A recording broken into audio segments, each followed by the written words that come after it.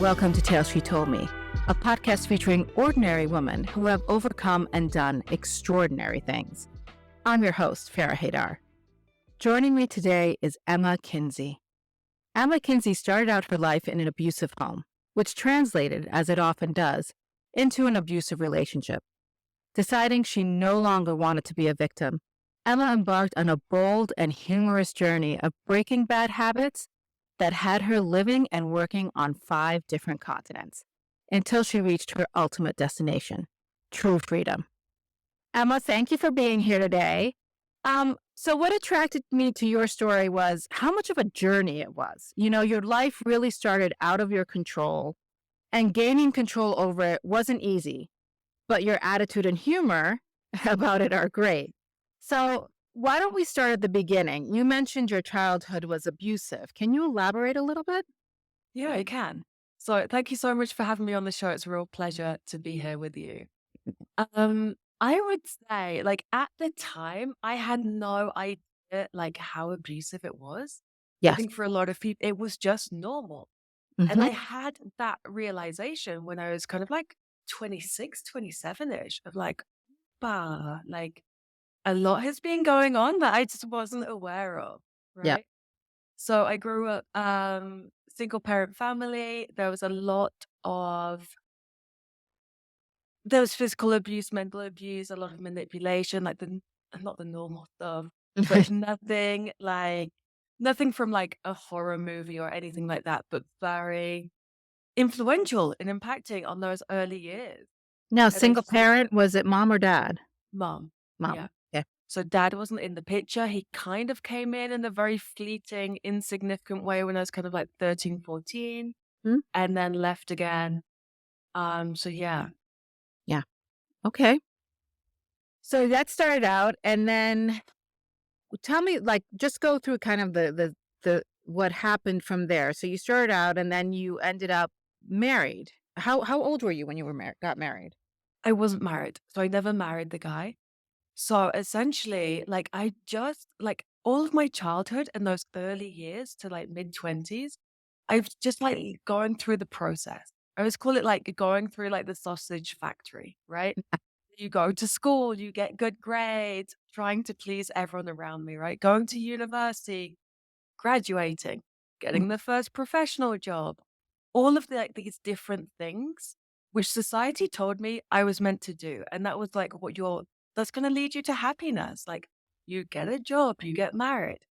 And there's that realization that when I was like 25, 26, that I just wasn't happy. I'd followed all of the rules that society had set me, and I was about to buy a house. I remember everyone in like the team where I was working, they were saying how difficult it is for young people to buy a house and that they felt bad for younger people. And so that Saturday, I went to the bank and I asked about getting a mortgage because I was like, oh, that's the thing I should be doing. Yeah. And the guy said to me, yeah, I can give you a mortgage. I think it's like £300,000 they could give me, which is you can get a nice house for that in the UK 10 years ago, right? And I was at that crossroads. I was like, what do I do? Do I buy this house where I know that I'm not happy, but like on paper everything's fine, Hmm. or do I take a risk? Yeah. And so I took the risk. I left. I have to tell you, a lot of women have said that to me. That, especially that came out of unhappy relationships. They've said, and I've often felt that way too. Like I followed all the rules, Right? and I somehow ended up in this very weird place, right? So, and I think that's a distinctly female thing in some ways. It's not Completely. not totally. Like, you know, men experience it too, but it's very, very prevalent among females and young girls because, you know, I always tell my daughter, I was talking to my daughter the other day, I'm like, you know, if you have children, and for me, it was when you have children, when you get Mm, married. It was yeah, yeah, never yeah. an if, like, Yeah. there was no That choice. expectation was there. And listen, not that I didn't end up making a choice, you know, I ended up making a choice, but it was just like that expectation was Yeah. definitely there, and I think it's so prevalent among women, and it's I think led to a lot of unhappiness. So completely. going back to you though, you were sitting there Yeah. and said, I can take a risk or I can keep doing something that obviously isn't making me happy. So spoiler alert, you took the risk. We know that. Yeah. But what was the risk you take? Like, how did that manifest? Yeah. So I had the opportunity to, at that time, I was living in the UK and I had the opportunity to go to Galapagos and Mhm. to work there. So that's what I did. I sold everything that I owned. I sold my car, all of my possessions, and I packed up and left. And I knew when I was leaving the UK that time that like I wasn't sure if I'd ever go back to live. Yeah. Like I'd moved before, always knowing that I'd probably go back in a couple of months, 6 months, whatever it was. But this was a time where I was just like, actually, like this could be it. I could be done. So were you still in the relationship at the time? But the relationship actually came afterwards. Okay. All right. So Yeah. this is good. Yeah. Uh-huh. All right. So you end up in the Galapagos. You've taken this risk, I right? did my stuff there. I decided it was time to leave because I'd been there for long enough and living on the island just wasn't for me. Mm-hmm. So then I was in Quito, the capital of Ecuador, and my cousin phoned me and she was living in the UK and she was between jobs. She was going to start a new job in like 2 weeks. And she's like, Emma, I want to come and visit you. Where are you? For her, she's a couple of years younger than me. So it's like a big adventure. So we found her a really good, cheap flight to Colombia. Mm-hmm. And so I was like, let's go to Colombia. I'll meet you there tomorrow. And she literally flew the next day. I got on a bus 24 hours later, arrived to the capital, met her. We had 2 great weeks. And then she left. I stayed. Oh, wow. And then that was it, right? You didn't. I haven't, well, and then I stayed. The next day I was looking for an apartment for Mm-hmm. like a house share kind of arrangement. I met a guy, he offered me a job. Later on, we formed a company together. Um, and life continued. I created this new exciting life in Colombia. Okay. And yeah, So let me kind of probe around here a little bit, yeah, of right? So course. when did the abusive relationship happen? It was after. So I'd been in Colombia maybe 3 years and then it started then. So you were already kind of on your way to forming this new life. How did you like? Was it a relapse? Was it like what led you into that? Yeah, yeah, yeah. So like on paper, it was a completely new life, right? New continent, new language, new professional work, new everything. But the inside was still the same. Yeah. And it was that. And I didn't realize, I thought my life had radically changed. But then, like, there was a moment when I looked at it and I replicated my work life. So we created this company. It was very successful. We grew very, very fast. I was working all the hours there were. I didn't have quality of life. And I just replicated my old life in Colombia with a shiny new skin, like a new shell. It looked different, but it was exactly the same. And the relationship was the same as like my previous relationship. Yeah. So what was your aha moment? Like when did you was it something particular or was it like over an extended period of time? No, it was a one day moment. Like it was after the relationship ended and I was in my apartment and I remember I was speaking to one of my best friends and I was just like, how has this happened to me? Like supposedly I'm an educated woman, Mhm. right? Like I had the impression that you only got into abusive relationships. There were like women who maybe weren't as educated as I Mhm. was. They weren't as streetwise. They weren't, they had very small lives where I considered myself, I traveled a lot. I've seen a lot of stuff. Like I'm pretty streetwise. Yeah, I ended up in that situation. Yep. And I was just like, why did this happen? Not in like a victim, but just like, what led me here? And my friend said, like, very bluntly, she's like, well, quite often we look for relationships that are similar to our parental relationships in the early years. And that was the moment I was just like, where is it? Right? Like, I was, because at that point, like, I had a turbulent relationship with my mother, but I hadn't necessarily put everything together. And I hadn't necessarily realized just how damaging and how abusive it was. Yeah. Now And then to I saw all right. of the links and like how connected everything was.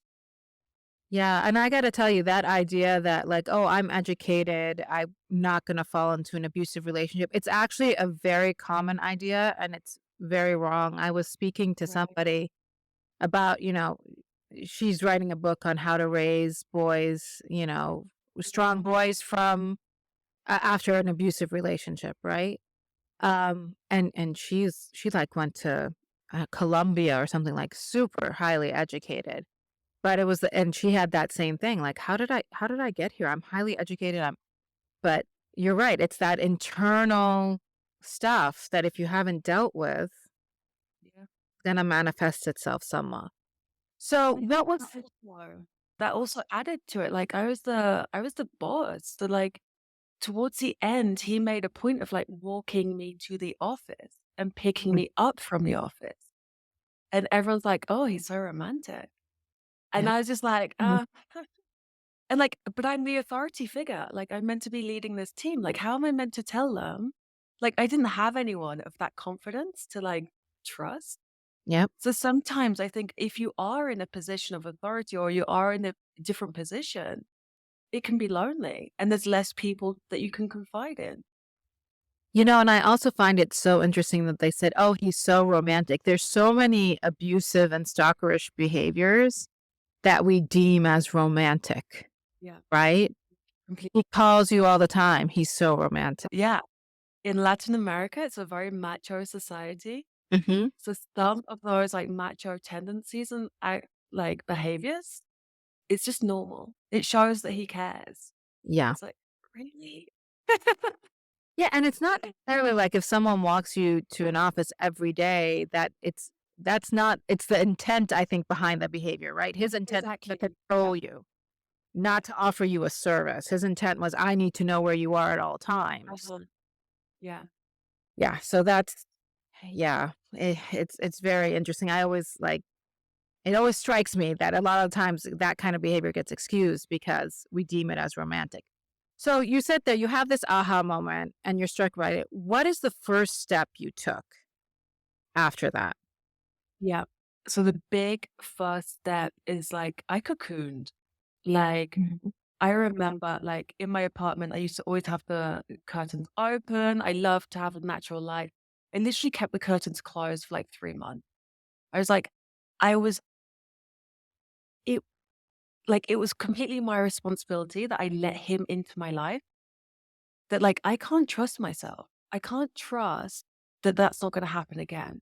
So it's like I just need to cocoon, close the doors. Like I didn't do anything socially, and I just needed to be alone to process everything and to try and make the link Yeah. from that childhood into the present day and just really get like a proper understanding of like the reality. Mhm. Now, so how did the relationship end? Because I don't think we went over that. Yeah, yeah, yeah. So the ending, like I knew it had to end because it was getting like very, very scary. Mhm. Like it was gonna, and especially in Colombia, like I think 2 women a day die from their partners.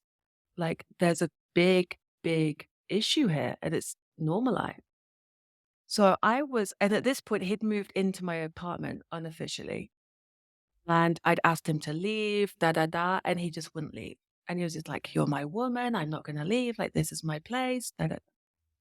And so there was a realization that, like, on the Wednesday, I was just like, I have to just pretend that everything is okay and that we're going to give it another chance just so I can get the game plan together. Because, like, at the moment, because he wasn't leaving me alone for anything.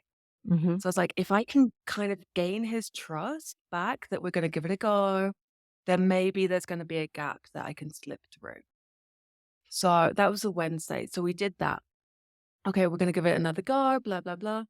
And then on the Saturday, it was the championship football final in the UK. And he was a big football fan. And he'd already said that he wanted to watch the football at his sister's house. And so I was like, perfect. So I made an excuse that morning that I had to finish a little bit of work, but I'd go and get a taxi and go straight there afterwards. and I'd get there for the second half, Mhm. right? And so he left. I hid his keys in the morning so that he would leave without keys. And I like asked him, like, send me a photo when you get to your sister's just to make sure that he was there. And I packed his stuff up as quick as I could. Wow. And I put it into a taxi.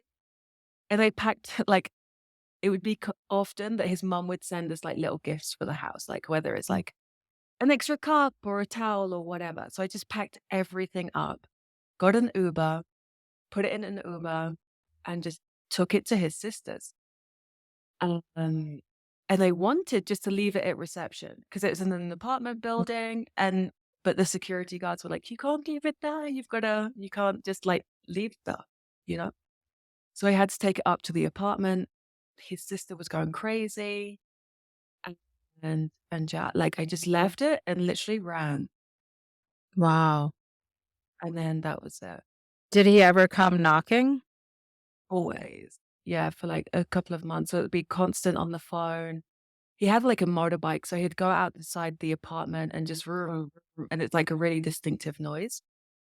Um, and so like after a couple of weeks, I really like it just wasn't gonna let off. So at Mhm. that point, like the business, we had different physical locations around the country. So I went to a different location and I was there for like 2 months. Wow. So yeah, and then when I came back, I stayed. A friend actually went back to Mexico for Christmas. And he asked me to stay in his apartment to look after the dog. So I went to live in his apartment for 6 months, 6 weeks. So it was like a 3 month period where I wasn't in the house, in my apartment.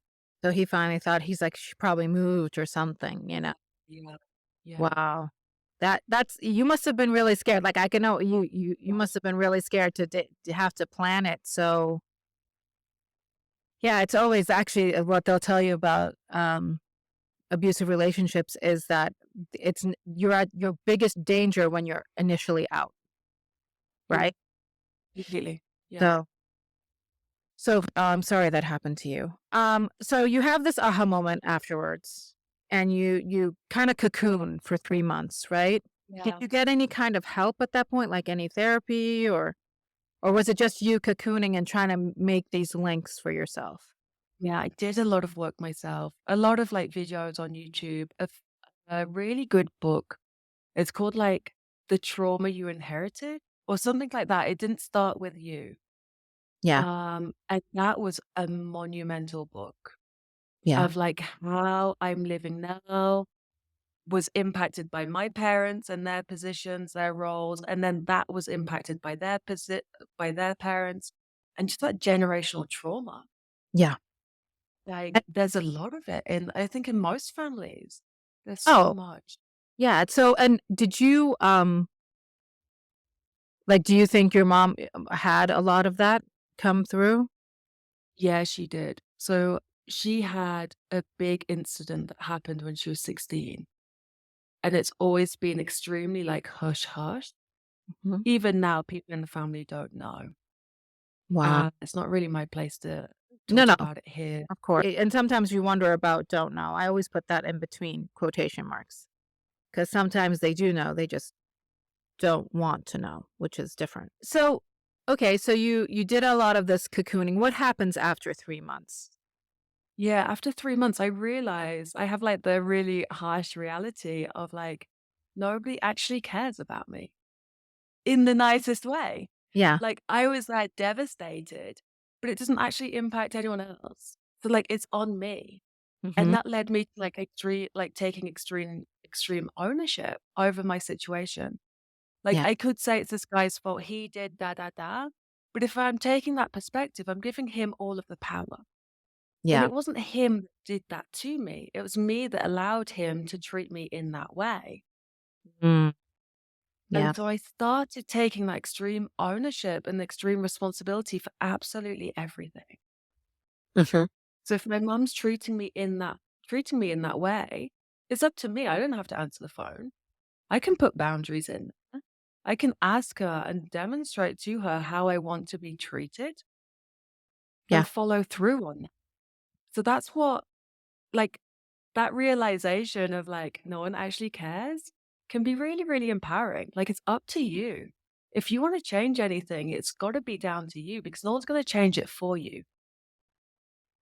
It's so interesting you say that because I so there's this new thing where people are like, well, no one's going to remember you in a few years. So Exactly. just go live. And it's kind of one of those things where, well, it's like, that's kind of heartbreaking. No one's going to remember you. No one cares. But it is also, I think, incredibly liberating, right? Yeah. Like, so this podcast started because I felt I had to get more comfortable having my work shared with people publicly. I'm a writer, I do voiceover work, etc. But all of my stuff, look at the common theme there, right? It's all behind the curtain. Yeah. And unfortunately, we live in a world today where you can't be behind the curtain much, right? So that was kind of thing. And one of the things that I realized, I'm like, nobody's going to listen to this. So who cares? Or at least nobody that I was quote unquote worried about or thinking about is going to listen to this. So who cares? Yeah. Now, by the way, that has been proven wrong. I actually have had some of those people come to me and say, I love your podcast. And I'm like, oh, yeah. But yeah, but still, I continue to believe that nobody will do it. And it allows me to just deliver my best work. Now, but going back to you, so one of the things I noticed about your story, when by doing a little bit of research on you, is you mentioned liberating yourself from alcohol, right? That's one of the big themes of your work. So talk me through like when that happened, how did the realization come about, that kind of thing. Yeah. So that was about 10 years ago that I had the realization that maybe alcohol wasn't serving me.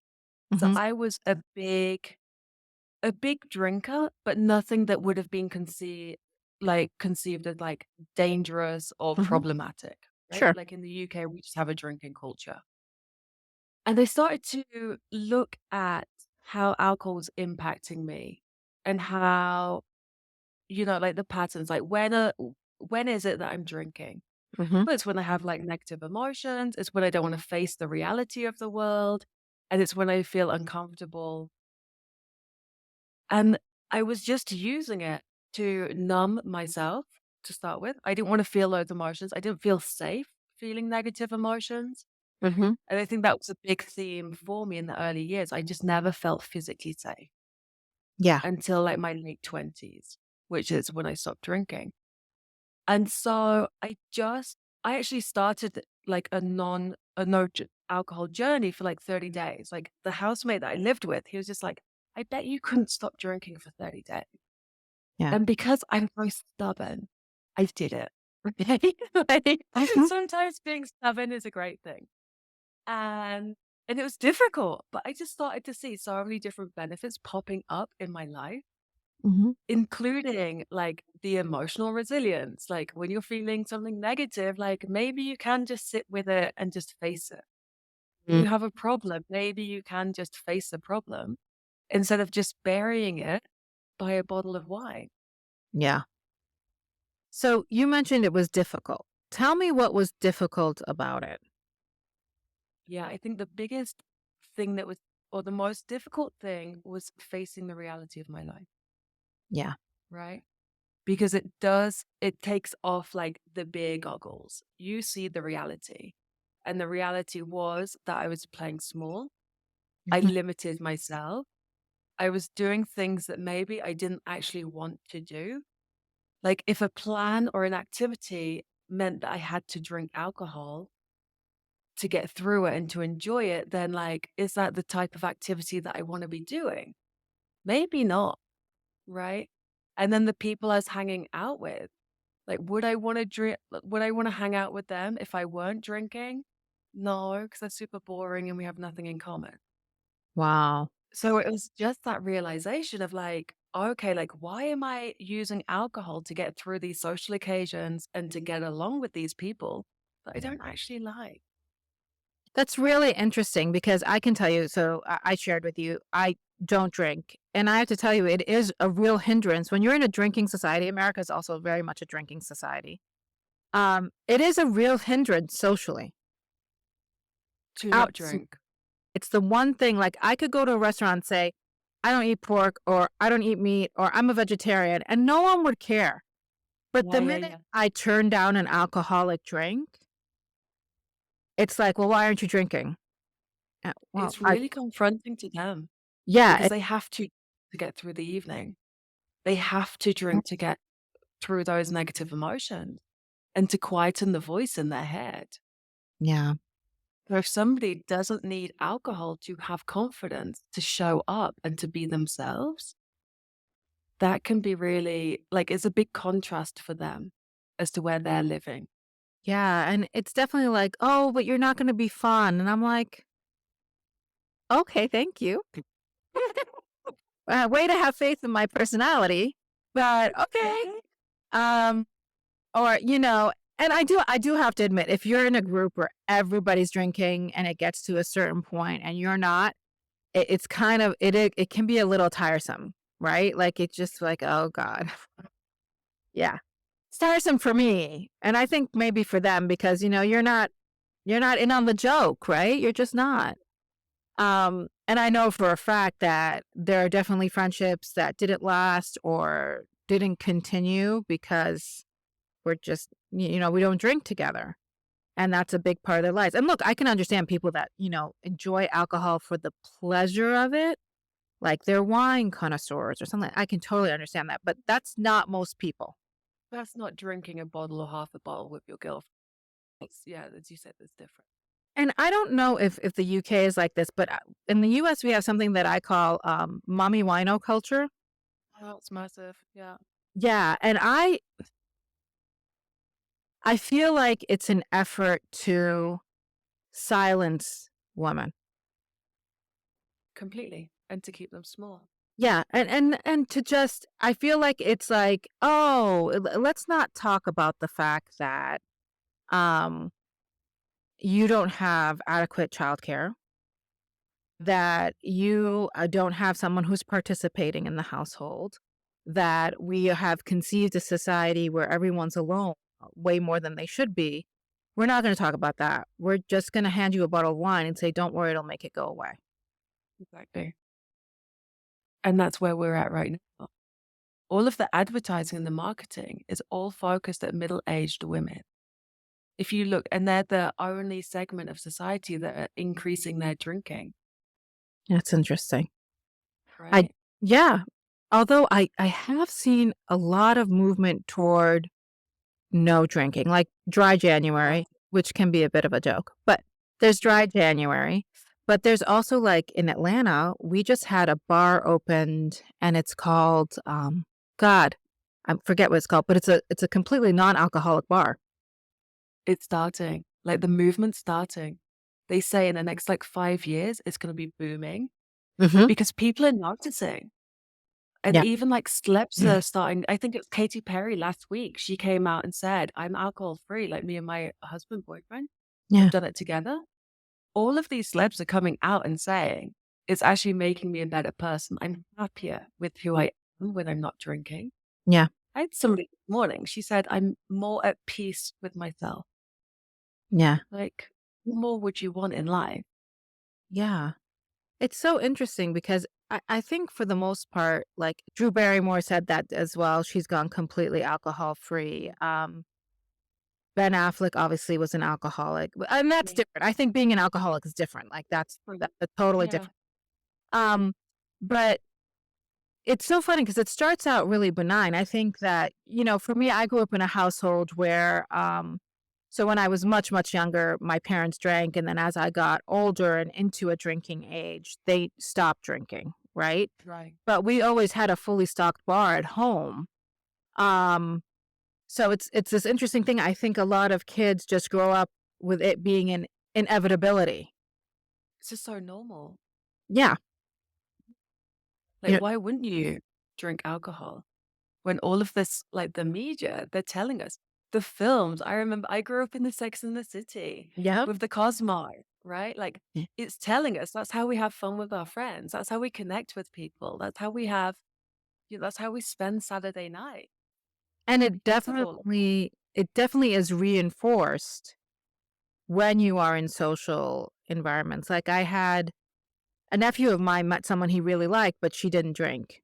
And he's like, Yeah. I tried it for a while, Auntie Fair, and I just couldn't do it. And I said, why? He's like, because that's my entire social life and corporate social life, even more importantly. So their job rotates around that. And I even had a friend of mine who decided to stop drinking. He has ADHD. It wasn't that he was an alcoholic or Mhm. anything, but he has ADHD and he's like, I'm just not someone who can do anything in moderation. So he stopped drinking, but he would go to the extent of arriving to a bar early, talking to the bartender, tipping them, and telling them every time I ask for a mojito, give me a virgin one, Yeah. just so that he didn't have to have the conversation. So I think it's a lot more prevalent than we give it credit for, like people choosing saying, or people just saying, you know what, I'm not going to drink 4 days a week. I'm going to drink one night a week. Yeah. I think it's really sad that we have to, or some people feel as if they have to go to those lengths, you Yeah. know? Like if you're having to lie about what's in your drink, Hmm. Yeah. like if we were going the other way and we're telling the bartender, okay, I'm going to tip you every time I ask for a mocktail, Hmm. I want you to put the actual real alcohol in. We would say that there's a problem if we're lying the other way. That's true. Like, I don't know if it's a societal thing. Like, I've been not drinking for 8.5 years now. I have no problem. Like, even I was at a wedding a few weeks ago and it was an open bar. The waiters came over. The options were vodka, whiskey, water. Everyone got their whiskey. I'd actually said to the waiter, water. And a lady thought that I was missed out. And she's like, Emma, are you drinking? Did you want a whiskey? And I'm like, no, no, no, I'm fine, thanks. Okay. And she moved on to the conversation. Hmm. Sometimes we make it like such a big thing, or we think it would be in our minds, so we have to go to these lengths. But really, I've never had a problem when I've told people I don't drink. Yeah. Now your business or your do you do coaching? I'm sorry, I think you I do. do, yeah. Yeah, do coaching is around going alcohol free, correct? It is, yeah. Yeah. So have you seen any common themes there that are come up, from clients? Yeah. So as you say, like a lot of people are concerned about how other people will accept their decisions. They think it's going to be negative. They think they're going to be excluded. And it's always the opposite. Wow. Always. I even had one guy, he was very concerned. He's a business owner, similar to what you were mentioning with the business clients. And he, like, a lot of his evenings was spent in dinners, drinking with Mhm. clients and potential clients. And he was just like, but how am I going to bond with these people if I'm not drinking? Like, I'm going to be standing out. Like, what's going to happen? We went through it. We prepared him. He had all the tools and techniques to go through it. We touched base like a week after, like a really big client meeting. And he was just like, Emma, they didn't even realize. Like, Yeah. I told them I wasn't drinking. And in time, he actually said, my client relationships have improved because instead of getting drunk with them, I can actually pay attention to what they're saying and the subtleties within the conversation. Mhm. So I can change like how we're dealing with that client and make that relationship better. Yeah. And he thought it'd be such a negative. And he was just like, how am I going to explain to my employees that I'm not drinking? Like, I don't want to tell them I've had like problems. And I just said, like, just tell him you're not drinking tonight. That's it. You don't owe anyone an explanation. Mhm. I think especially for women, like we over explain sometimes. We feel as if we owe them an explanation. Yeah. Whereas we can just say, oh, I'm not drinking tonight. That's it. And then move the conversation on. And I would say that we can apply that to almost everything. Like I feel like all my friends are like, if they can't attend something, they have to say, "Sorry, I can't attend because of blah blah blah blah blah." And it got to the point where I just say, "Sorry, I can't attend." Okay. And Done. that's okay. Yeah. Yeah. I'd So rather do that or fudge it or like because sometimes you just don't want to go to something. And you don't want to offend the person, but you just don't want to go. yeah, yeah, yeah. And then you end up lying or the white lies and then you feel bad. Like, no, just tell 'em Like, you can say no. Yeah. That's okay. Yeah. Well, Emma, it's been a pleasure talking to you. So now I get to ask you my favorite question, which I ask every guest. And that is, what is a weird habit or ritual you have that makes your life more joyful? I was thinking about this, and this is the perfect question that you have. Mine is I say hello to dogs on the street. So often, I don't even look at the owner. I look at the owner, I don't make eye contact, but I'm just like, and they're so cute. Like, I love dogs, and they respond, and they're just like, Someone noticed me. Oh my God. "Hello?" And then Right. you can start the conversation with the owner if you want to. Yes, Yeah, just look and greeting dogs on the street. that's awesome. Well, Emma, it was a pleasure having you. And if you're out there and you'd like to hear more from Emma, check out her YouTube channel and Instagram, where she shares her adventures in quitting alcohol and taking back her life. All links in the show notes below. As always, I'd love to hear from you about this episode. What area of your life do you need to take control of? Hit me up on Instagram or Facebook at Farrah Haidar. Don't forget to hit the subscribe button so you'll get notified when a next episode is available. Also, I'm giving away a PDF of some of the best quotes we've had on the show, beautifully designed to print and journal your thoughts. Email me at farrah@farrahhaidar.com and title it Quotes. Talk to you soon. Till then, chase your happy.